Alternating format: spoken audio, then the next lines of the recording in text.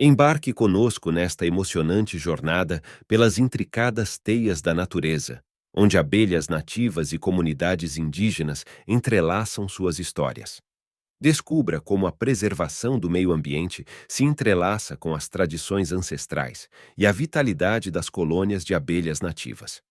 Não perca essa incrível reportagem que revela os segredos do ecossistema e a importância das abelhas nativas para as comunidades indígenas e para o planeta. Curta este vídeo para mostrar seu apoio à preservação ambiental e à valorização das tradições indígenas. Compartilhe com seus amigos para espalhar essa mensagem vital como o zumbido de uma abelha. E ative o sininho para ficar por dentro de mais histórias que conectam natureza e cultura. Fique agora com a reportagem. Atrás, comunidades indígenas do Espírito Santo manifestaram o desejo de trazer uma abelha nativa de volta para a região. Foi assim que a produção de mel se tornou uma opção de trabalho nas aldeias, como contam os repórteres Mariana Fontes e Jorge dos Santos. Mata nativa. Floresta plantada. Urbanização. Ancestralidade. Distâncias que se tornaram vizinhas em Aracruz, no Espírito Santo. Um importante polo industrial do estado, que também é lar dos primeiros habitantes do Brasil. Uma parte do município de Aracruz é banhada pelo oceano. Essa região costeira abriga 3 terras indígenas, que somam um total de 18 mil hectares. Nessa área vivem os povos Guarani e Tupiniquim. Mais de 5 mil pessoas moram nesse território. Os Tupiniquins estão por aqui desde o século XVI. Eles são descendentes dos indígenas que ocupavam o litoral quando os colonizadores desembarcaram no Brasil. Já os Guaranis chegaram ao Espírito Santo na década de 60. Eles ainda se comunicam na língua mãe.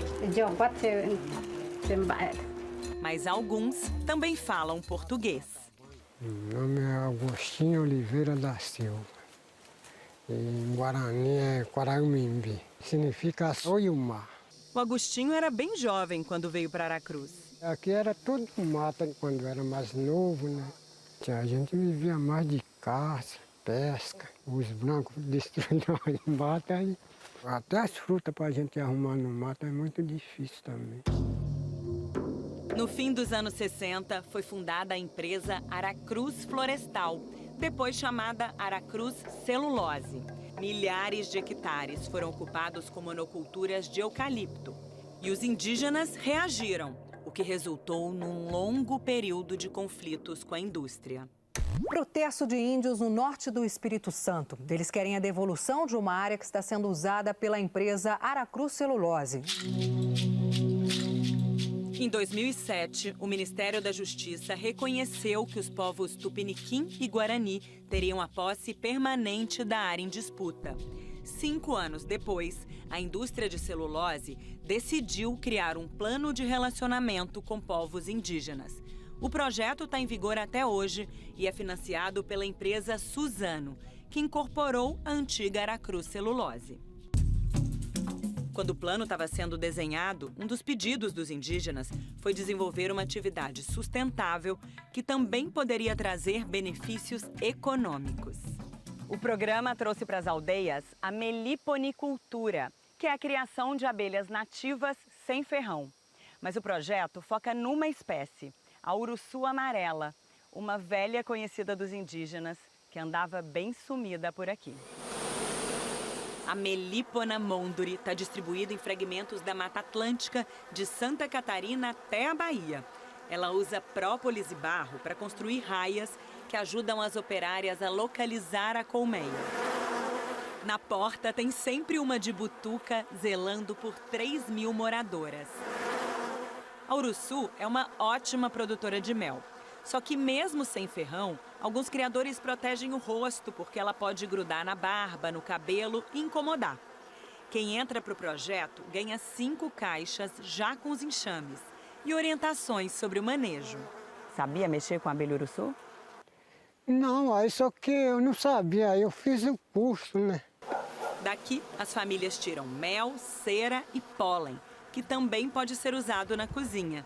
Enquanto eu estou com saúde, aí eu vou aumentar mais minhas abelhas. Por causa da renda também, né? Para me comprar as coisas que eu preciso em casa. Não dá mais para tirar tudo da natureza, né? De certa forma, o projeto ajuda a devolver aos indígenas uma opção de trabalho dentro das aldeias. Eles eram artesãos, eles eram extrativistas e se viram à mercê de um território no qual eles não podiam mais viver. A indigenista Marina Can é dona da empresa de consultoria contratada lá no começo para implementar o plano de relacionamento. Nos interessa termos pessoas que têm vínculos com seus territórios para poderem fazer com que o lugar onde elas vivem dê condições dignas para suas famílias. As terras indígenas são as mais preservadas no Brasil. Vamos legitimar esse modo de vida? Vamos fazer com que os nossos filhos e os nossos netos entendam que isso não é subdesenvolvimento? Isso é o futuro. Essa caixa aqui está com uma estrutura bem grande, tá? O tupiniquim Warley trabalhava na metalúrgica, mas resolveu criar abelhas. E hoje presta assistência técnica para todos os produtores de mel. Eu olho, ver se tem algum problema, ver se tem algum inimigo natural atacando as abelhas, né? Ensino como cuidar. Eu estou trabalhando para a minha comunidade, né? Então isso para mim é muito satisfatório e de orgulho mesmo. Assim como o Warley, a maior parte das famílias que vivem nessas terras é de origem tupiniquim.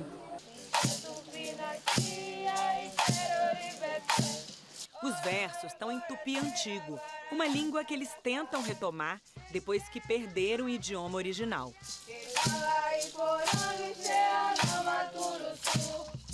As roupas tradicionais hoje basicamente são usadas em apresentações para visitantes.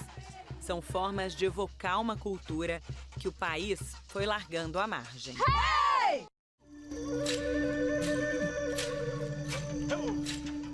A minha família toda ela é descendente indígena, né? Tupiniquim.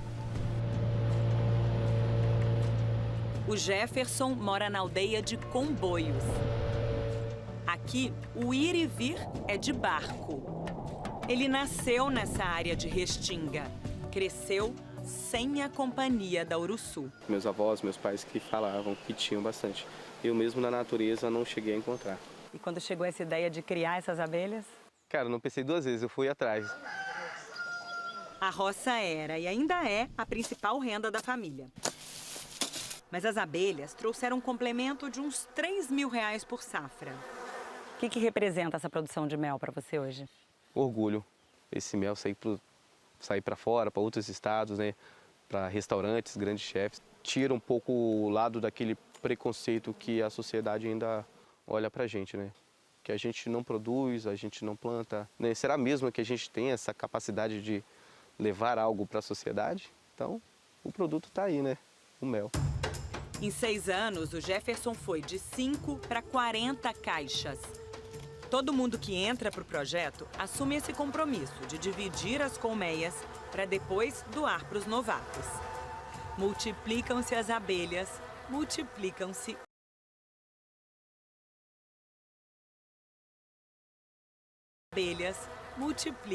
os criadores. Conforme o volume de produção foi crescendo, surgiu a necessidade de organizar melhor a venda, a distribuição, a divulgação dos produtos. Por isso, em 2018, os indígenas Tupiniquim e Guarani se uniram para criar uma cooperativa, a Copiguá. 60 famílias cooperadas já colheram mais de 3 toneladas de mel. No dia a dia, elas precisam manter um ambiente limpo, alimentar em época de pouca florada. Então essa a gente já pode baixar a tampa, né, passar a fita aqui para não abrir no transporte e colocar o seu nome. Na hora da colheita, os criadores tiram essa parte superior da caixa onde fica armazenado o mel. As melgueiras vão para a agroindústria. As abelhas nativas não depositam mel em favos, mas nesses potinhos, olha só. Tem que furar um por um e virar a tampa para escorrer. O produto é refrigerado. Parte é vendida direto, in natura. Outra parte passa por uns 8 meses de fermentação. Esta agroindústria é mantida pela empresa Florestal, que investe em média R$300 mil por ano no projeto. Programas socioambientais como esse também ajudam a garantir mercado para vender e exportar a celulose. Toda a nossa cadeia de fornecimento de madeira é uma cadeia certificada. Então, sim, o processo de relacionamento com comunidades ele é importante para que a gente consiga manter a nossa certificação, mas principalmente ele é importante para que a gente consiga manter a nossa existência em conjunto com a existência das comunidades. Depois que o cooperado entrega o produto na agroindústria, recebe R$100 pelo quilo do mel. E desde a pandemia, a internet também virou prateleira da Copiguá. Os pedidos vêm pelo site, a gente manda via correio, né? E graças a Deus está chegando certinho nos endereços dos clientes. A gente tem aqui uma base, que é um merengue assado, e depois a gente coloca um creme de leite batido, né? E por cima algumas frutas e mel de uruçu amarelo. Essa aí é a pavlova, uma sobremesa estrangeira parente do suspiro, mas numa versão abrasileirada com mel de uruçu. O mel de abelha nativa tem características muito específicas, né? Se eu colocar um mel mais comum, a gente acaba deixando a sobremesa enjoativa.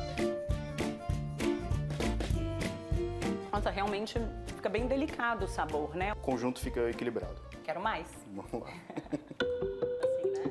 A receita, vez ou outra, aparece no cardápio deste restaurante em São Paulo, que também tem bebida adoçada com mel indígena. Eles já usam o ingrediente faz alguns anos, por escolha do dono, o cozinheiro Rodrigo Oliveira. A função de um restaurante é restaurar. Será que um restaurante também não pode ajudar a restaurar uma comunidade? Poder servir aqui produtos que geram impacto, né, na vida de dezenas de famílias é um passo muito importante. E o produto ainda oferece diversas possibilidades na cozinha. Mas isso tem a ver com a origem, lá no campo. Em Aracruz, as caixas de abelha estão espalhadas em 3 ambientes. A restinga é um ecossistema da Mata Atlântica que tem o solo arenoso perto do rio ou do mar. Já o tabuleiro tem as árvores altas num solo argiloso. E as zonas de capoeira são compostas por árvores baixinhas que cresceram depois da derrubada da mata original. Dependendo das floradas onde as abelhas colhem o néctar, esse mel muda de sabor. Para o cozinheiro, isso é uma maravilha. Dá um playground, né? Olha isso que eu estou ansioso para provar todos. Então vamos começar pelo mel de capoeira. É familiar, você prova, você ainda está dentro do universo de mel que a maioria das pessoas conhece. E agora vamos para o mel de tabuleiro. Nossa, tem uma acidez ainda mais marcada, muito delicado, muito frutado. É uma joia. Vamos provar esse último, que é de restinga? Não tenho palavras para descrever o que é esse mel. Uma coisa floral, é como... Sabe, colocar uma bala tutti-frutti na boca, assim. Incrível, né? Estamos falando da mesma abelha, né? Em localidades relativamente próximas. É um bom lembrete pra gente que o sabor é primariamente construído na natureza. E o que a natureza constrói, os produtores cooperados colhem, com a supervisão da Bárbara, que hoje coordena a Copiguá. Ela deixou a aldeia para se formar em engenharia florestal na Universidade Federal do Espírito Santo. Voltou e plantou essa agrofloresta, onde une conhecimento científico ao saber tradicional. Eu já peguei, a minha infância, esse território, né, ao entorno e tudo, com um monocultivo muito extensivo de eucalipto. E eu tinha uma visão do eucalipto como o vilão. E aí, quando eu começo a estudar, eu percebo que o eucalipto não é o vilão é o monocultivo. Quando você olha uma área florestal, você vê diversidade. Então eu entendi tudo, eu falei, é isso, a gente precisa seguir as leis da natureza. Por ter esse olhar mais diverso, A Bárbara acredita que a cooperativa precisa ser uma plataforma para promover as muitas riquezas da terra. Tem a farinha, tem polpas de fruta, né? Tem o próprio artesanato. Então já tem outros produtos aí que a gente já visa, que a gente já sabe do potencial, né? É só mesmo organizar a produção que cada um ali já faz. O primeiro passo já foi dado, porque além do mel, a cooperativa tem 30 famílias que ganham dinheiro com sementes. Já era um costume antigo por aqui buscar essa matéria-prima para fazer adornos. Um ofício que a Deusdeia aprendeu com a mãe. Os meus filhos todos trabalham também com artesanatos, né? Meus netos já estou também ensinando. E te digo uma coisa, dá para tirar um dinheirinho bom. Mas hoje, as sementes nativas também são vendidas para projetos de restauração florestal. Só no ano passado, mais de 2.000 quilos foram colhidos e plantados em outros estados. Esse aqui é o urucum. Por isso, a Deusdeia diz que foi de coletora para doadora. Não tem uma pessoa que ela está precisando de uma doação de coração? Assim é nós, entendeu? A semente está indo para um outro estado, nós estamos mandando o coração ainda batendo para poder reflorestar aquela mãe terra lá que está precisando e aquele solo vai continuar dando a vida para os que têm que viver. E isso para nós é de suma importância, isso é fundamental, isso não tem preço nunca. A relação de um povo com a natureza, construída séculos, milênios atrás. E se ela preserva, embeleza, alimenta, cria um futuro com a presença dos nossos ancestrais. Tudo que vocês estão levando aqui não está levando só para o meu povo, está levando para o mundo. Que eles vão conhecer a nossa história. Quem é Tupiniquim? Eu sou povo do banhado, eu sou povo das águas. E que nós estamos ajudando a levar vida para outras vidas. Porque a árvore, ela tem vida, ela sente. É igual quando assim, quando ela está ventando, fala assim, nossa, está ventando porque as árvores... Não, elas estão aplaudindo a história. Ela está aplaudindo a nossa história. Oh, ela está aplaudindo a nossa história.